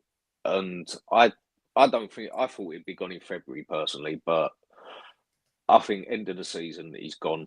I just cannot see us hanging on to him because we're 14th. Is it 14th for the moment? I think so. I haven't looked at the table, but I think Yeah, it's as I bad think as we're that, isn't it? 14th or 15th, something like that. Mm. And this is why, for me, I say the season's done basically because the best we're going to do is finish 9th or 10th, and that's only if we win about 6 of our games and other teams lose about 5 of their teams, Mm. 5 of their games. So for me, the season's done. Now, I get what others say, like, yeah, but every game should count, this and that. Yes, it does. But the only thing we actually have to play for now is the Europa. Are we going to win it? Are we hell? But no one can tell me for a fact that we're not going to win it. Yeah, 99.9%. You can't say that right now, can you? No, because it hasn't happened. But 99.9% chance it won't happen. But you just never know in this life. It shouldn't happen because, No. but you look at the quality of the Europa League right now. We have got a chance. And But like I said, when I look at fact-wise, Frankfurt's form, it don't look good. It hasn't looked good. Listen, Dan, you know my feelings on this. By the way, yeah, you know my feelings on this, yeah. But like on the team and everything else. But I've watched the highlights of them the last couple of games, and it has been very much up and down. Yes, they got through against Ajax very well, but I'm like sitting there thinking, but Ajax ain't great either. So. That's the thing. That's what I'm saying. So I'm like, wait a minute, and then we're semi-final. I mean, it's like I agree with what Brian's just said on there. I mean, like I'm doing this on my iPad while I'm also watching the telly at the same time, so I can read the comments coming up on there. And Brian's right in what he's saying. Like Hotspur, my brother, we are not finishing top half of the table. I totally agree. No, we're not. To do it, I mean, technically we could do it, but to do it, we'd need about 4 or 5 other teams to lose at least 4 or 5 games while we win those 6 games to get in front. It ain't happening. The season is done and dusted for me, yeah? Others are saying that's a loser's mentality or you should play every game to win. Now, I understand that one as well. But for me personally, if there's a 4-day gap between the Europa Cup game and the league game, then I can totally understand if the manager goes and puts, say, takes 5 main players out and rotates the team a bit with 5 or 6 players to keep the other players ready for the Europa game where we still stand a chance in something. Small chance, but still stand a chance. But to go and do what ANGE did today, change like 7 or 8 players, whatever it was, I think it was 7, when there's 19 to 25 days difference, makes no sense to me. Today, he should have just put out the full fit team. Why not? But again, if it's only a 4-day difference, which it usually is from Sunday to Thursday sort of thing, then I can totally understand if he does it. But we ain't finishing in that top half of the table come love nor money. I think there's more chance of us winning the Europa than that happening till the trophy. Before you left, after you left Savage show, you said exactly what I said, mate. I've reiterated what you said because I've been feeling like that for a long time. You know what I mean? I've been like I said, you know, you're not saying anything different to what I've been saying. We've been talking about this personally. You know what I mean? So like I don't feel any different to what I've seen before, really, to be honest with you. Just so you know, oh yeah, Dietrich. I just invited Dietrich onto the stage. Big up to you, Dietrich. Big up, mate. How are you? It's a pleasure to be on your show finally, Mr. Box Office. Big up. You know, because you asked and Dan was in the chat as well. I thought it'd be rude not to invite you. You know what I mean? And how are you doing? But yeah, just Dan, you carry on, and then I'll bring in Dietrich. Carry on, mate. No, it's just I think the other point is for me. The other problem is for me is I'm just literally at that point where it's like what I was meant to bring up with you earlier. I think a lot of people saying that they've fallen out of love with Spurs, this and that. They don't love their club anymore. Reason I've given on a lot of things. Everyone still loves Spurs. Otherwise, they wouldn't be moaning about it so much or getting the this and that. I think it's just more the point that we don't like the club anymore. And the prime example I give for that, which you've probably heard me say, others might not have, is my daughter. And people will say, what the fuck's that got to do with it? Well, anyone who's had a daughter as a teenager, if they tell me that their daughter went through a stage being a teenager in life where they didn't like their daughter, I would call them a liar to their face. Straight. A liar. My daughter went through about 3 years where I didn't like her. I didn't like to talk to her. I didn't even like being around her at times. She was a teenage girl, for God's sake. She was a nightmare. But did I always love her? Did I always do what I could for her? Did I always do everything? Yes, I did. Why? Because I love her, but I didn't like her. And anyone who's had a teenage daughter will pretty much, I think, relate to that. And I think it's just the same with Spurs. It's not that anyone don't love the club anymore. We just don't like what we're about. We just don't like what we stand for. We just don't like our owners. We don't like the way we're playing football at the moment. We just don't like Tottenham Hotspur. Yeah. But it doesn't mean we don't love it. Don't like it. Yeah. I don't like Tottenham, but it doesn't mean I don't love it. Like I said, I didn't like my daughter for about 3 years, but I still loved her. I think sums up perfectly well. I feel, Daniel, completely agree. Dan, I completely agree with you. Dietrich, yes, mate. What's your feelings on this at the moment? Obviously, I know when you started, when Ange came in, you were kind of similar to me, with the fact that you weren't backing Ange, and you were very strongly against him. Where's your head at the moment? Honestly, Alex, you can even, me and Dan speak to Dan almost regularly. I even told him back in the days, I used to be freaking mad when we lost. Now I just start smiling. I really don't care. I honestly don't care. For you me, ring me up and start laughing. I even start laughing sometimes when Dan, because I'm in Canada, so I'm always in behind games. he tells me, "Oh, the other team scores," I start laughing. It generally doesn't bother me anymore. I only wake up early to watch Spurs because it's like a routine now. But do I care? No. The day the owners don't leave, like nothing's gonna change. So that's the realization I came up to. So whatever we do with Ange, the next manager is not gonna do any better. Even if we get, for example, Areola, I'm gonna be Areola out from the beginning. Because if you accept the job, I'm gonna be manager out under this ownership. I don't care who you are, I'm gonna be against you. Dan, you're on mute. Yeah, as long as I see a manager, Dietrich, that is capable and is taking us a bit further as such, or trying to, and can adapt and actually be a coach and start improving some of the players, I'll be behind the manager because I know he's already got that thing on his back because where are we ever going to succeed with Levy? But then again, you never know what happens with a cup.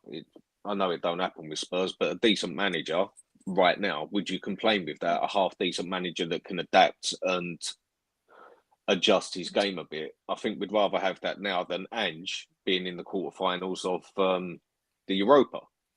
So the reason I'm so against Ange is because he's just a shit manager through and Or through. you see, no, A better manager, I would back him up. If he's not being backed by the board, I can't then blame him basically. But Ange is just crapping every which way basically. So Dan, I'll just give you like a quick counter argument to your point.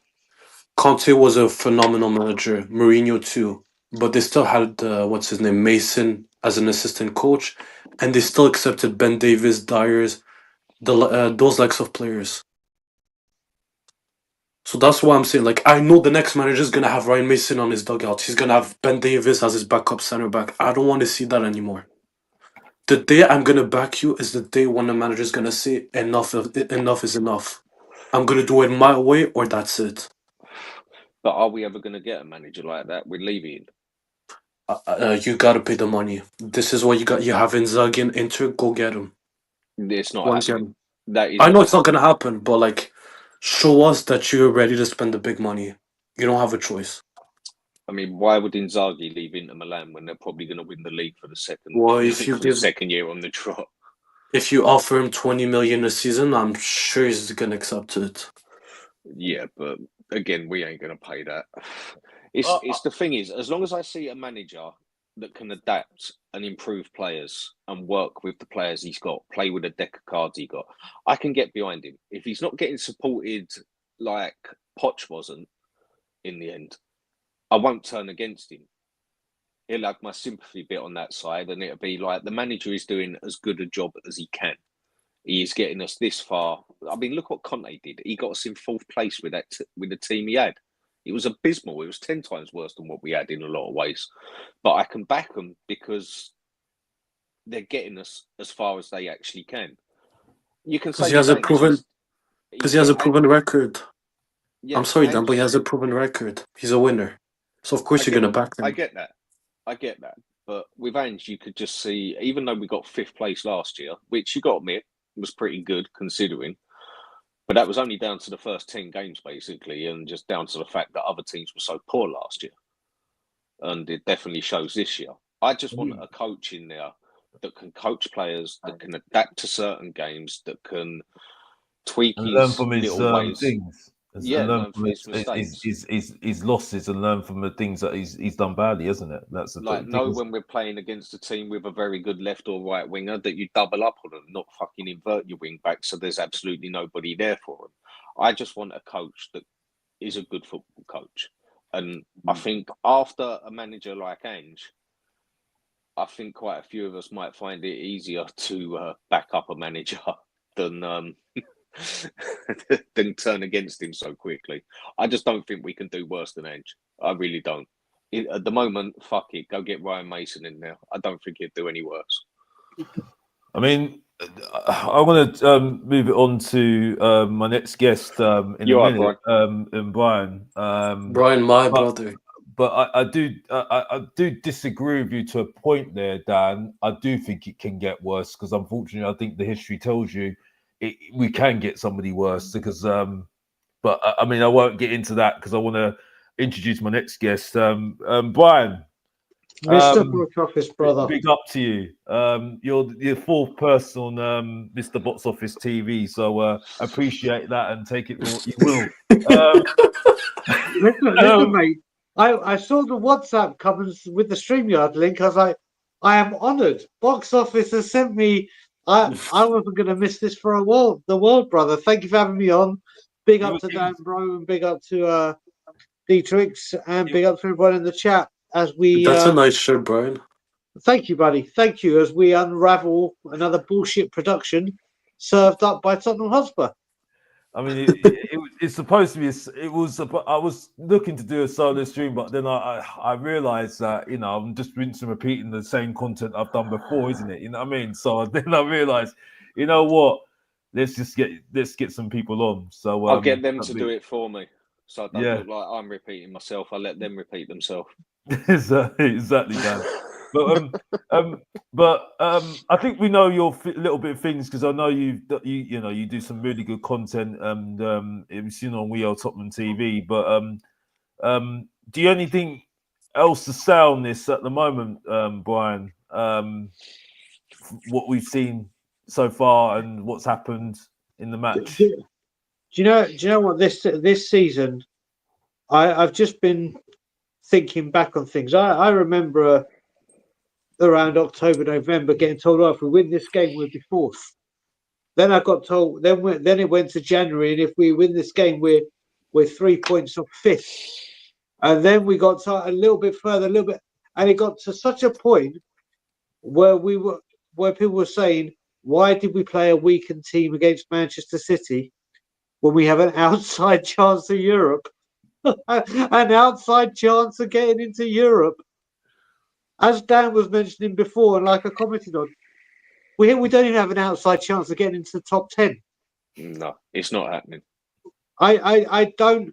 It beggars belief that the fall from grace has been such an absolute fall off the cliff. If people remember that game that we used to play as kids called Lemmings, that's basically what Tottenham Hotspur are the computer console or the real life football club version of the successful arcade game Lemmings. Or Worms. Worms was good. Worms, Angry Bird, whatever you want to. But Lemmings was the original, wasn't it, Dan? It was the original. Yeah. Look, it's just pathetic. I've gone to the point now, like I said a few weeks ago, I don't even care. I won't even get angry. It's bad when Brian doesn't care. No, it's just no. You know what? It's just I'll go onto streams now. I refuse to shout and scream and say these things. I'm zen now. I'm just like don't care. This is the norm.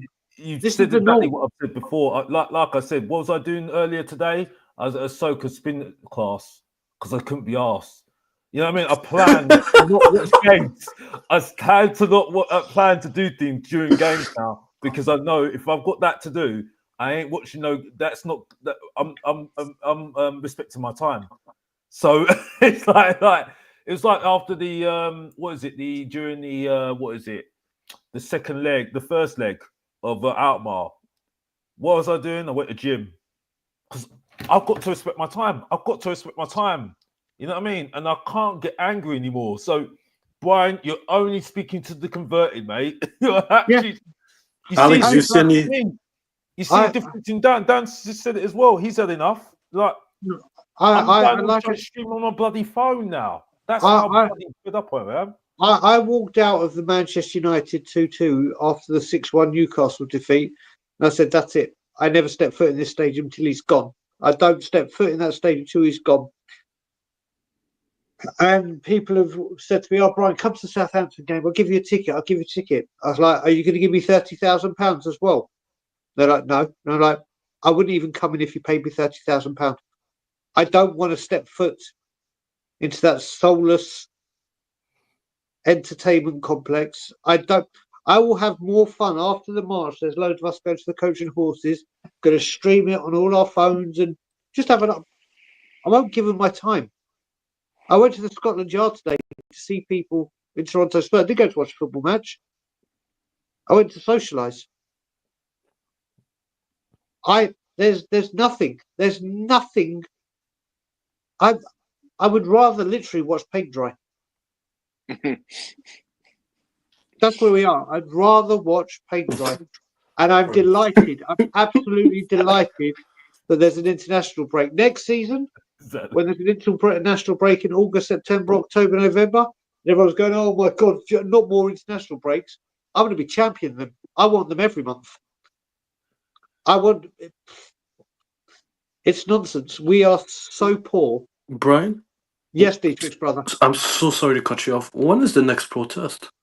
When I'm there, April the 6th, Southampton. Mm-hmm. Southampton. Oh, okay. So in 2 weeks. 3 weeks. It's 3 weeks today. 3 weeks. 3 weeks. We'll come on to that. We'll leave that for a little bit because there'll be other times to talk about that in a bit because I want to try and keep it off that at the moment. But even though it's important that people do turn up for that again, and I'm not dismissing it. I'm just saying at the moment I think we all made our thoughts very, very clear on the on that subject on Levy. One thing I want to ask you, Brian. Yes, brother. And I think I'll bring in Dan and I'll bring in Dietrich on this. What is making you even more disillusioned, especially with the manager and the team? Is it because you know what's going to happen during the games now? Because that's where I'm at the moment, and that's why I can't watch it anymore. Or is it just that it's just the many years, and I think this is now going back onto Levy's. I do apologise for everybody, but is it just the many years of disappointment, or is it something else? What is it with you at the moment? Alex, let me just say this is how bad it's got. I was actually delighted that we lost by more than one goal. Because then I didn't have to hear the oh yeah, but when we lose it's only by one goal.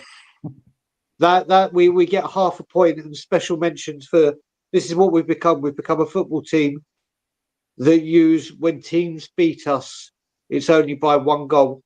Yeah, that we preach about how we lost by one goal. As a valid stat to throw out and say, yeah, but when teams beat us, it's only by one goal. Doesn't matter if it's by 1 or by 6. It's 0 points. It's a defeat. When the second goal went in, I was like, thank God, we're not going to hear the, there we go, it's only by one goal. If only we take it. I'm just, Joe, I'm just sick and, Joe, what it is, Alex? The performances, we just know they're coming. These players have no professional pride. I'm sick and tired of hearing, listen, Ange Postecoglou has a hell of a lot to deal with this. But those players should be able to step on the pitch and have a bit of professional pride. Those people that have been called up into the international squad should go, I want to show my international manager they've made a huge mistake. These players that go on and say, I want to win trophies and win things, they go on the pitch, they do nothing. Nothing. Us four could have played in that team today and showed more fight and passion and desire and commitment. I'm just sick and tired of the excuses. I'm sick and tired of the nonsense. I'm sick and tired of it's just so predictable. It's so predictable. People going on about it's our 15th defeat, make it 16, because I can tell you in advance, Stamford Bridge, we lose. That goes without saying. Exactly. It's that. Dad, it's got to the point, mate, we should just give Chelsea 3 points every season. We still have Anfield. We're not going to bother travelling. Do you think we're going to go to because Chelsea are in bad form at the moment? I mean, I'm not saying that we won't, because obviously the history tells you that we will lose. But you know, they've just lost to Arsenal just now at the Emirates now, haven't they? And Chelsea can play with 6 players at Stamford Bridge and still beat us. Yeah, I don't disagree with you. I mean, before I bring in Dan, because I just lead on to what you just said about the players. Now, I think they worked hard, some of them. I'm not saying that they are. I think this is where we are at the moment. But on the back of that, saying that they don't care and stuff, why is it okay for them to do this?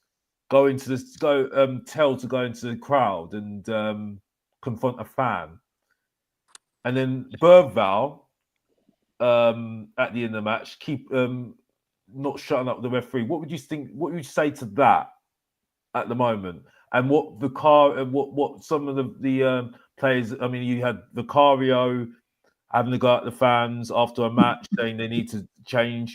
You obviously saw Ange as well say what he said a couple of weeks back, saying the fans need to, stick with the players and stuff. What would you say to that on the back of some of these performances? Would you say to that as well? Even though the performances and the heart, you're saying everything that you just said just now, basically. Go on, Dad, the tricks you take over. Do you want me to take over? Go for it, Dietrich. So Alex, just to answer one point for Tal when you went to the fans. In other leagues, it's like a norm when you lose, you go see the ultras and you go and apologize. Mm. And Michael made a great point on Tottenham away, which is true. I completely forgot. Tal is used to, if he lost a big game, let's say against Dortmund or Leipzig or Leverkusen, he would go and apologize to the fans or the away fans, whoever, if it's at home or away. Now, if you look, our players, they don't care. We have one captain that just cries nonstop, puts his shirt over his head and cries. Yeah. You have one guy, so like he's too busy watching the anime instead of actually going and apologize and improving yourself. Vicario is too busy fighting with the fan base. Like, it's a whole mess. And it starts with the manager. He's the guy that always after a game goes and has a fist up with the fans. And now it translates to the pitch. And that's the problem. When when your leader is losing his mind and losing his concentration, it's gonna translate to his soldiers. And that's what's happening. And that's why our players do not care anymore. No, I agree. I agree basically with what Dietrich has said there. It's very true. It always rubs off from the top and then all the way down, like we say it does with Levy and goes down the pyramid as such. And at the moment, it reaches Ange. And yes, the players should be playing with more pride. They should be playing for themselves, whatever else. But the other thing people keep telling me is they're only human. They're not robots. I mean, the amount of money they're on, they should be robots. But my point is, when you're blatantly playing in a system that don't suit you, in a system that you can't stand, with a manager that you've probably barely got the time of day for because he just won't adapt to any idea, or you basically get kicked out of the team like Maddison has, because I've said it before, it's only one of two things with Maddison. Either Maddison has blatantly told him, look, this ain't working, something's got to change, or he got caught with Angie's wife, one or the other. That is where they don't like each other. It's one or the other. Maybe it's both. I don't know how busy Maddison's been, but it does start to show. Like the players, they look like they just don't care on the pitch. I mean, technically, in a way, they're playing with nothing to lose because we're not going to get relegated. But they're almost playing with nothing to win because we're going to be lucky if we finish higher than 12th. But they've still got that Europa to play for. And I get on the professional side, we should be playing to win. But the players, I just think they're past it as well in the same aspect of they can't stand the system.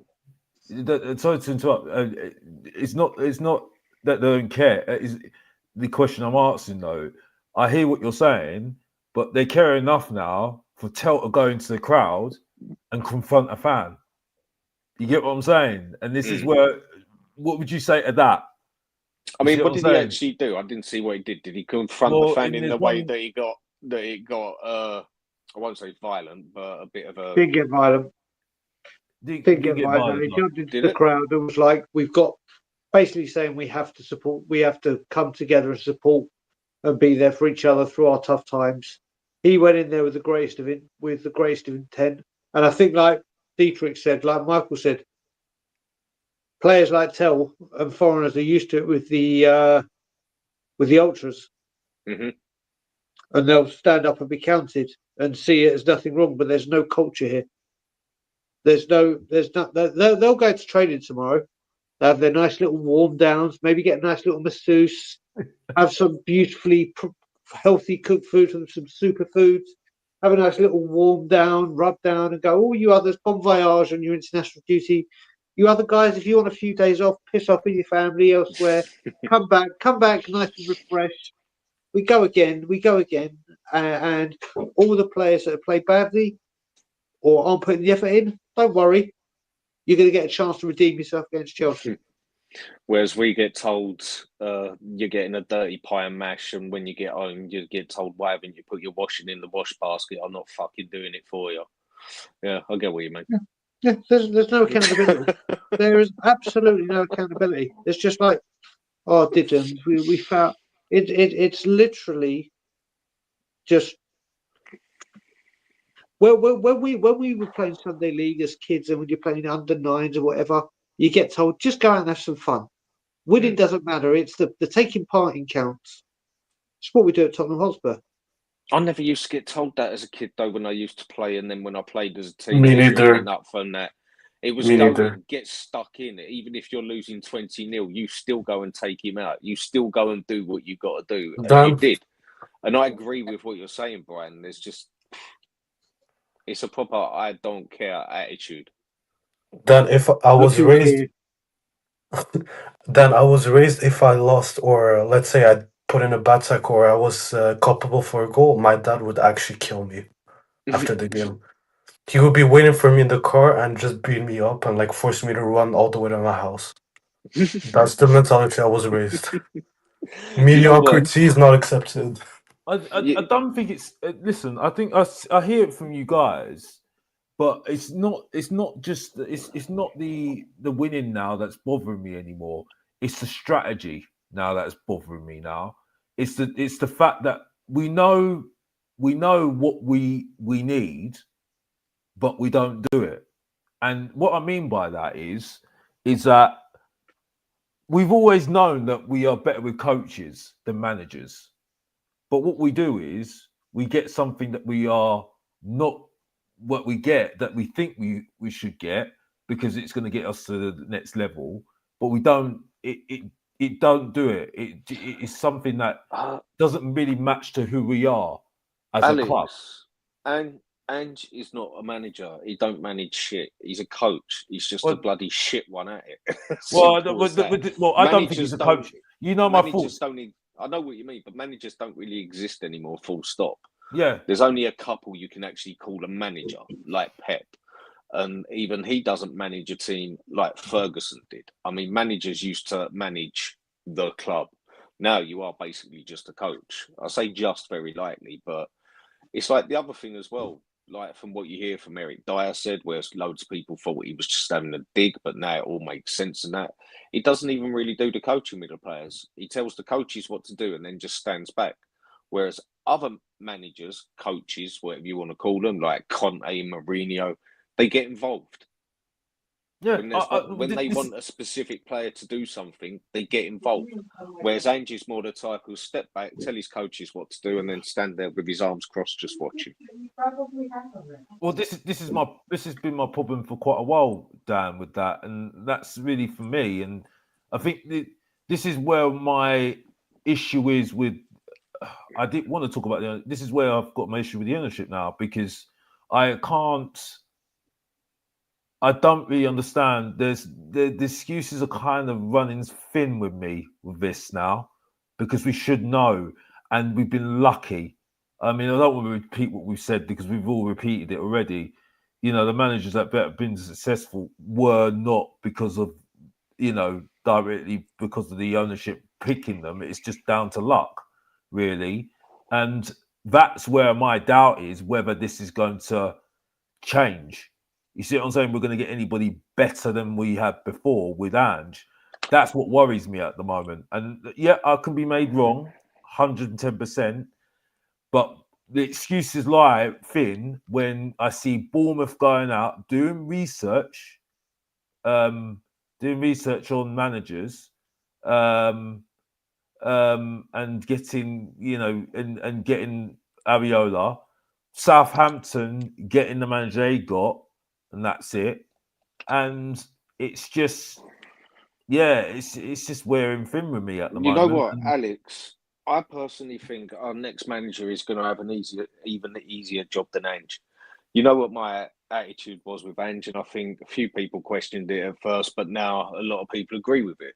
In the aspect, as all he had to do was tell the players kick the fucking ball forward, and you'll win like 90% of that fan base, which he did, and at the time it did. I think if we just get a manager in now who shows he can defend and also will obviously score goals as well, I think you'll have a very happy fan base again if you can just at least see a stable style of football. Not out and out, not necessarily, it doesn't have to be out and out attack, it doesn't have to be out and out defend, but if you can just see a bit of stability on that pitch, a plan, I think fans will be, it'll have 100%, well, 90% of fans won over again, because you'll always have those 10% there, but for some reason still want Ange. And like I said, I think Ange has had the easiest job a manager has ever had in a football universe. Just kick the ball forward, boys, and that's all he had to do. But our next one is all he's got to do is just show that he's got a plan. Because on that pitch, we don't even look like we got a plan. And I know it sounds like a cheesy way to describe it, but we literally play by the spur at the moment. We do. They pass the ball It's to all them. about moments, isn't it? Let's They be honest. pass the ball to them, and the players are like, what do I do? What do I do? I pass it that way. They're thinking on what they've got to do before the ball's even cut. When the ball comes to him, whereas a good player, he's already got an idea of what he wants to do before he gets the ball. And the other teams, they have a plan. Right, we get the ball, we either kick it down the left or kick it over the middle, depending who's where. And that's what they do. They've got a plan before they play it. We don't even have a plan B. We just play at the moment. And in the last 2-3 minutes of a game, yeah, you can play by the moment, try and make a chance, boot it up there, see what you get out of it. But we don't even do that. There's just no plan or tactics to how we really. You can say there's tactics and they don't work, but there's no real plan to it. Whereas other teams seem to have a plan on what they're going to do against us. I think we just need to see we just want to see a stable manager as such. He hasn't even got to be great, just a bit of stability in the way we play. Well, there are coaches out there, Dan. There are coaches out there that are similar to Poch that can do it. I mean, you've seen already what Eddie Howe's just done right now. And he is not similar to Ange. He's tenfold better than Ange. Yeah. Well, for me, I love him to be here anyway. I mean, but I mean, yeah, so he's not similar to Ange, Alex. I think no. I'm not saying he's similar to Ange. No. I'm just saying that we need somebody who's a coach that's better than Ange at the moment. Because at the moment, which nowhere near the level of what Eddie Howe's doing, and Eddie Howe's learned from his mistakes and gone out and learned. Alex, I'm sorry, I disagree with you. We don't need a coach. We need a proper winner. We need someone that once he enters the winner with Mourinho. No, I'll explain you. Because when Mourinho entered the door, you saw Kane. His eyes were all lit up. He looked at him. We need someone that when he enters the door, they're going to be scared of him and they're going to respect him from day one. And Mourinho though. No, it worked.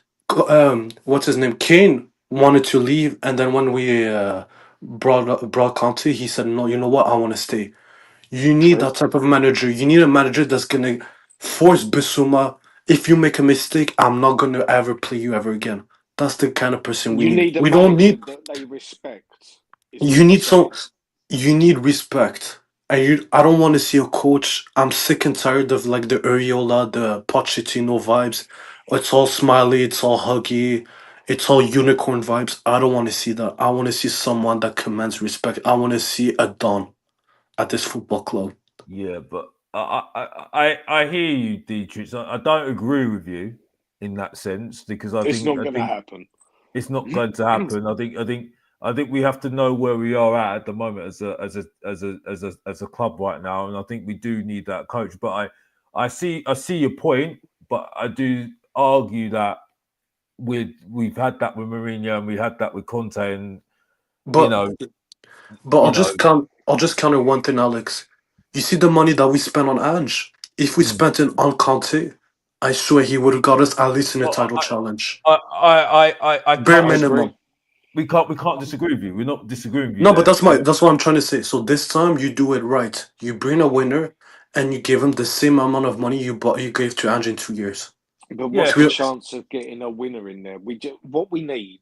But you I said, agree with what you're saying. We just need someone who is going to demand respect. Yeah. but then you said in football everyone's a mercenary. Pay the money and they're gonna come. So that's what I'm saying. Even Inzaghi, he won everything at Inter. If you give him 20 million, I know 100% for a fact he would pack his bags and leave. Do you know what's 20 million a season? He's making like what, not even 10 million at Inter? Mm-hmm. But Yeah. that's not. It's not going to happen. We ain't paying that. Yeah. No, That's but we already have paying to. wages. Yeah, but what we have to do and what we should do are two different things. The phrase I always use, Dietrich, is I should be able to leave my car door unlocked, but I can't because some little bastard will come and chore it. And that's just, it is what it is, basically. We should be doing all that, but we don't, and we're not gonna. This is why I just put it on a realistic side. We need a manager who's going to demand a bit of respect. Right, you ain't playing properly. You're out for a few games. Who's got the actual bottle to do it? And also a manager that's got, who can adapt, who can demand a bit of respect. Because we ain't going to get a manager in there like Conte and Mourinho again. I mean, I cannot see what manager would want to do that. But then I do also agree, money talks. But when it comes to wages, we don't pay it. We've only done it once with Conte, maybe twice, including Mourinho. And he's trying to cut the wages even more. So I just don't see that happening. So now I think we just need a stable manager. But even if we get a stable manager like the Ariola, do you know what I'm scared of? It's gonna be the same routine at Edge. Everyone's gonna start backing him, and in 2 years, it's all gonna go to crap. We all know what's gonna happen. Yeah, but Dietrich, the argument I have, and unfortunately I'm gonna have to be up the show soon. But big up to you guys, even Brian, who big up for you to coming on, big up to you guys for coming on. It was kind of out of the blue on that one because obviously I've kind of lost for words now, and I think it was just about time anyway. So thank you guys to take your time out to do it, and if you don't know, you should have got to know already. Dan the Hotspur Hood on YouTube. You should be subscribing to his channel. He's been talking the truth like Mr. Box Office, by the way, and you should be subscribing right now, right? And also Brian's Tottenham on tour. I mean, I don't really need to explain too much on Brian Tottenham on tour because you should know by now who Brian is, by the way. So as far as I'm concerned, if you're liking and subscribing to his channel, that should be a natural thing to do, by the way. You know what I mean? So anyway, moving on. Yeah, you should be subscribing to that channel as well. And Dietrich as well, who's been talking the truth like Mr. Box Office as well. So yeah, you should be acknowledging all these people that are on the channel, and I want to see some lights up as well, and subscribing to their channels as well. How many subscribers do you have, Alex? What, me? Yeah. I mean, I will get into that in a bit. We'll get into that in a bit. Let's boost him. Let's get it to at least 5K. Boost that. Yeah, if you can, like and subscribe to the channel. Yeah, boost to grow as well. But yeah, just to finish off the point, for me, it's not a case of, yeah, it will go to pot maybe in the next couple of years. Well, that's why you should have a manager in place, another option in place, doing the research on the manager to come in to bring on the project, bring on the team, right? So if a manager is outgrown the club like Pochettino did back then, you get rid of that manager, and then you have somebody who's similar to Poch, right, or similar to bring on the team to another stage, so you can carry on like Brighton have done.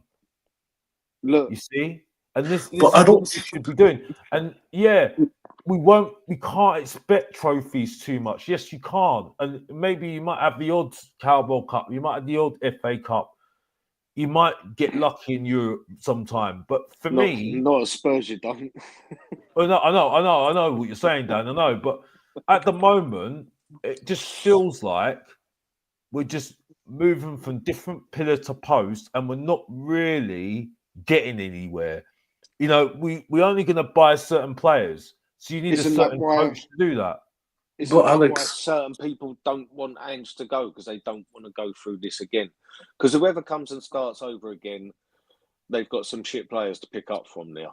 And yes, I can understand a manager, it does take time to get your shit together. But when you see a manager do as poor as Ange has done, it's obvious where he's going to go nowhere fast. Sometimes you just have to cut your losses. Yes, it'll be about the 16th, 17th time we've done it, but this time it would be more than justified. And we go and get the next manager, and then the next season is a bit shaky, but we finish, say, 8th, 9th, but you can see a progress in the players. And then the season after, you're seeing a progress in the players. That's what you want to see. I mean, people keep relating to Arteta, it took him so long. Yeah, first 2 seasons were, what, 9th?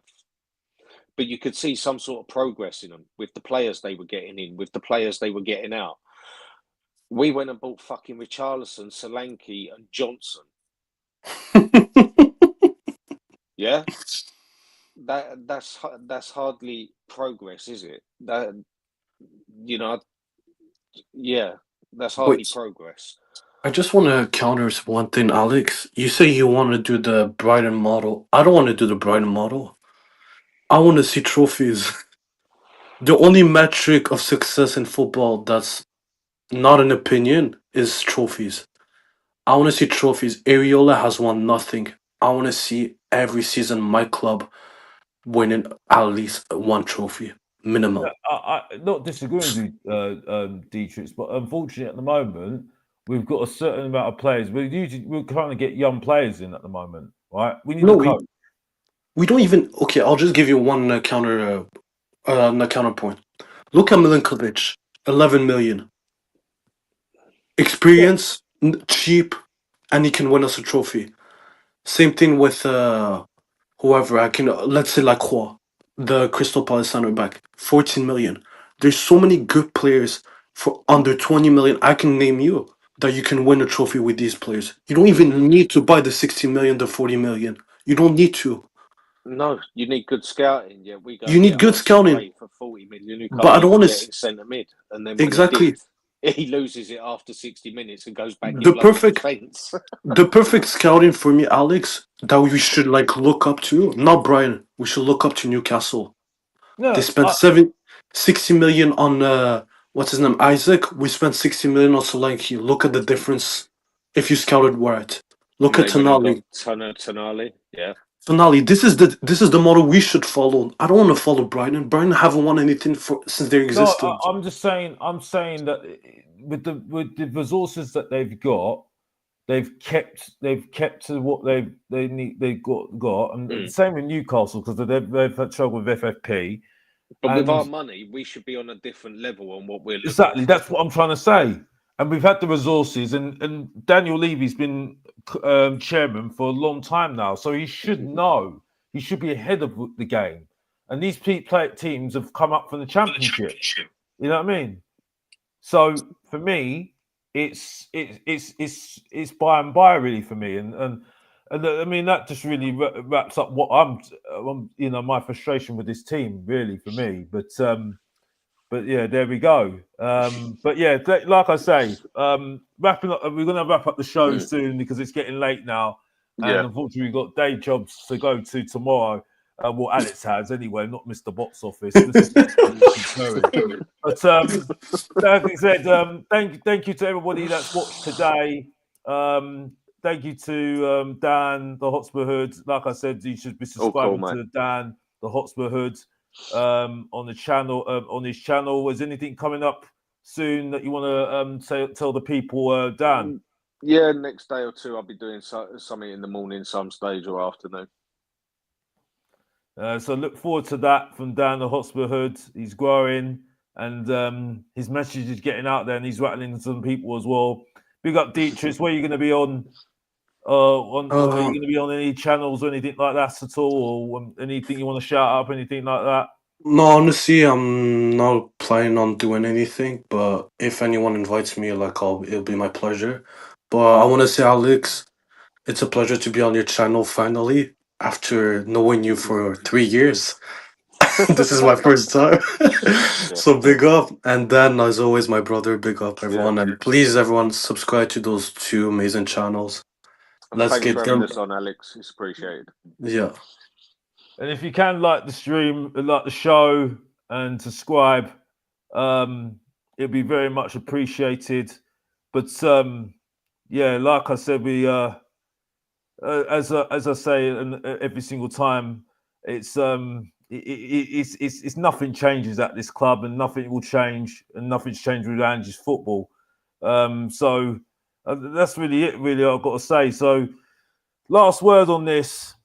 On the day where Bergvall shows me again why he was overhyped against Alkmaar, on the day why I can't get excited about Alkmaar winning against Alkmaar, the below average Tottenham handball. Let's just say that. On the day when everyone was going over the top about Alderberg, what did he do? Lose the ball, we lost the goal. Oh, sums up Tottenham, doesn't it? And on the day where Dan was saying this, saying Tottenham different day, isn't it? Like they say, well, no, Same Spurs, different Dan, day. you say it. Same Spurs, different day. Yeah, exactly. There you go. For the down the Hotspur. Don't forget Archie Gray in midfield.